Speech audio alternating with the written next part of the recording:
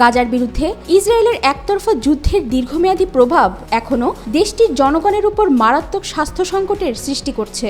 সাম্প্রতিক এক প্রতিবেদনে উঠে এসেছে ২০২৩ সালের ৭ অক্টোবর হামাসের আল আকসা তুফান অভিযানের পর থেকে ইসরায়েলের জনগণের মানসিক ও শারীরিক স্বাস্থ্যের চরম অবনতি হয়েছে।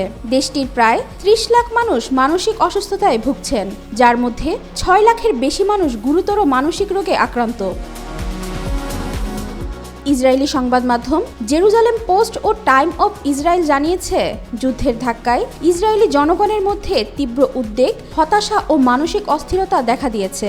জরিপে দেখা গেছে, আক্রান্তদের মধ্যে ৩৮% ব্যক্তি স্বীকার করেছেন যে তারা চরম উদ্বেগ ও মানসিক চাপে রয়েছেন। তবে প্রধান সমস্যাটি কেবল আহতদের সংখ্যা বৃদ্ধির সঙ্গে সম্পর্কিত নয়, বরং ইসরায়েলি স্বাস্থ্য ব্যবস্থার প্রয়োজনীয় চিকিৎসা পরিষেবা প্রদানের অক্ষমতার সঙ্গেও সম্পর্কিত। ইসরায়েলি স্বাস্থ্য ব্যবস্থার দুর্বলতা ও যুদ্ধ পরবর্তী পুনর্বাসন কার্যক্রমের ব্যর্থতা এই সংকটকে আরও প্রকট করে তুলেছে।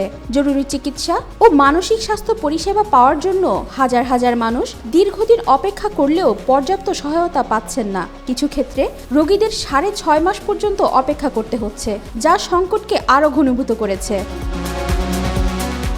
এদিকে ফিলিস্তিনের উপর ইসরায়েলি বাহিনীর ধারাবাহিক আগ্রাসন, আল আকসা মসজিদের পবিত্রতা নষ্ট করা এবং ফিলিস্তিনি জনগণের উপর বছরের পর বছর ধরে চলা দমন নিপীড়নের জবাব হিসেবে ২০২৩ সালের ৭ অক্টোবর এই অভিযান শুরু হয়। প্রায় ১.৫ বছর ধরে চলা এই লড়াইয়ে বিপুল সংখ্যক ইসরায়েলি নিহত, আহত ও বন্দী হয়। ১ বছর ৩ মাস ধরে পাশবিক যুদ্ধ চালিয়ে যাওয়ার পর গণহত্যাকারী ইসরায়েলি সরকার স্থল অভিযানের মাধ্যমে বন্দী ইসরায়েলিদের মুক্তি করতে এবং গাজায় তুমুল প্রতিরোধকামীদের নির্মূল করার লক্ষ্য অর্জনে ব্যর্থ হওয়ার পর গত ১৫ জানুয়ারি হামাসের সঙ্গে একটি যুদ্ধবিরতি চুক্তিতে সই করতে সক্ষম হয়। চুক্তিটি ১৯ জানুয়ারি থেকে কার্যকর হয়। গাজার বিরুদ্ধে দীর্ঘদিন ধরে চলা সামরিক অভিযান শুধু ফিলিস্তিনি জনগণের জন্যই ধ্বংসাত্মক হয়নি, বরং এটি ইসরায়েলি জনগণের জীবনমান ও ভবিষ্যৎকেও গভীর সংকটে ফেলে দিয়েছে।